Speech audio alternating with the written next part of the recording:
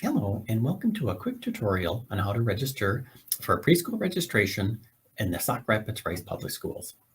The first step will be to navigate over to the district webpage of isd47.org and then simply click the Enroll button at the top right corner. After you click that button, it'll take you to the Enroll page, and if you scroll about 3/4 of the way down, you're going to find a couple options to get started. There'll be 3 options suiting the families of our district. Either we are new to the district, we are a current family of the district, and we do not live in the district.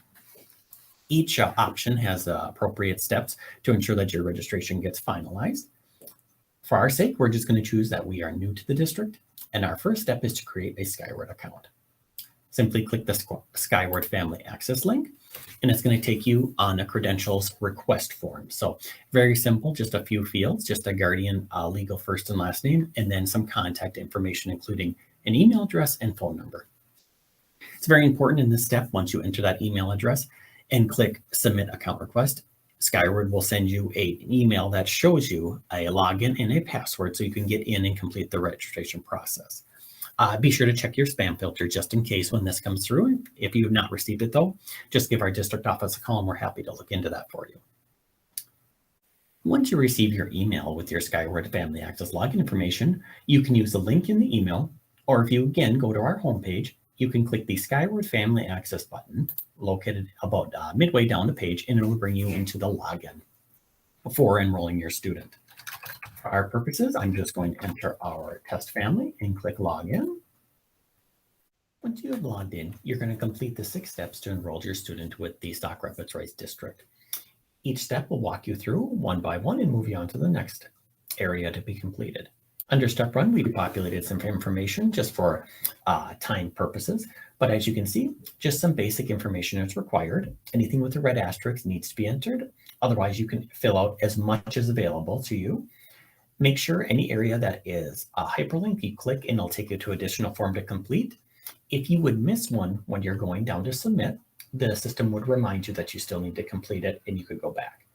Example is, if we do not answer the internet access question and hit complete step 1 and move to step 2, you can see it would remind you that exact area has not been answered. Simply click OK and say yes, and then we're going to complete step 1 and it's going to minimize and take us right to step 2. Similar in step 2, we just want to go through and add any of the parent or guardians that live at the same address as the student.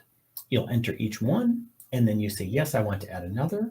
Or when you're complete, you can say, no, I don't want to enter anymore, and I'll move to step 3, or I just want to complete step 2. You also have the option of saying, yes, I have another legal guardian that lives at a different address. So whatever suits your family, you can enter those here. Otherwise, we're going to go no and go to step 3. Under step 3 is some medical and dental information for your student. Here you can put down any allergy or medical conditions. If none, you can leave blank. For our purposes, I've just entered no allergies in there, so you can see that we've completed that. We're going to complete step 3 and move to step 4. Step 4 is instructions for completing emergency contact information. We ask that you enter up to 3 emergency contacts who are not the parent or guardian of the listed students, just in case in an emergency we would need to reach them. As you can see, I've just entered one here that's be a sister-in-law. You can keep adding additional records, and when you're complete, just hit complete step 4 and go to requested documents. Under requested documents, very important screen. So the 3 that have asterisks by them are your birth certificate, immunization records, and your proof of residency.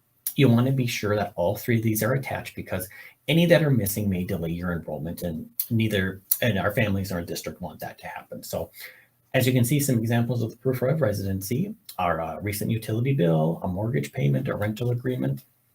And if you need any assistance with that, if you're not able to attach one, please contact our district office and we'd be happy to help you out with that. Otherwise, you can go through and complete any of the forms that may be applicable to your student. Once you've attached those, it'll take a pop-up window and you just can attach a JPEG or PDF and then return here and you're going to go complete step 5 and do the additional district forms. This is going to ask you for some additional forms. Example, your required forms are going to be red asterisks, and you want to click those and complete them for your student. When you enter step 6, that's going to be some additional district forms that are going to be specific to the grade level and your student that you're enrolling. As you can see, some of them are optional, but any of the optional ones that are applicable to your student, please complete. And any of the required ones, this is to remind you if you have not completed and make sure they're complete before you're able to complete step 6. The two we're going to focus on are the preschool registration form and the ECFE class registration forms located at the bottom of this list. When you click the preschool registration form for 2023-24, you will be taken to the form that is going to collect basic information for your family and your student. So as you can see, steps 1 through 4 are family information. And then step 5 will ask you if you need before care, after care, or both before and after school care. When you indicate that here, that'll initiate the community education office to reach out to you and set that system up so we can enroll your student in the wraparound care. Step 6 will simply be paying the preschool registration fee. Families will be asked to pay this non-refundable fee when you're completing this form. Example here, the link will take you over to the RevTrack store. Simply preschool registration, it's a $50 non-refundable fee, and you just enter your child's first and last name.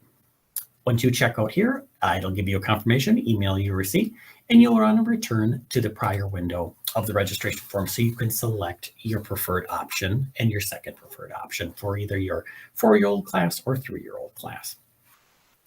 We are asking everyone to select 2 because while we hope we can give everyone their first option due to class size and staffing, you may be placed in your second preferred option. So once you've completed all this information, just click submit, and it will take you back and show you that you've completed that step.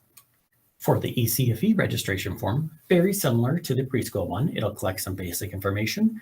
There will be a link so you can click here and be taken to RevTrack to pay your ECFE class fee.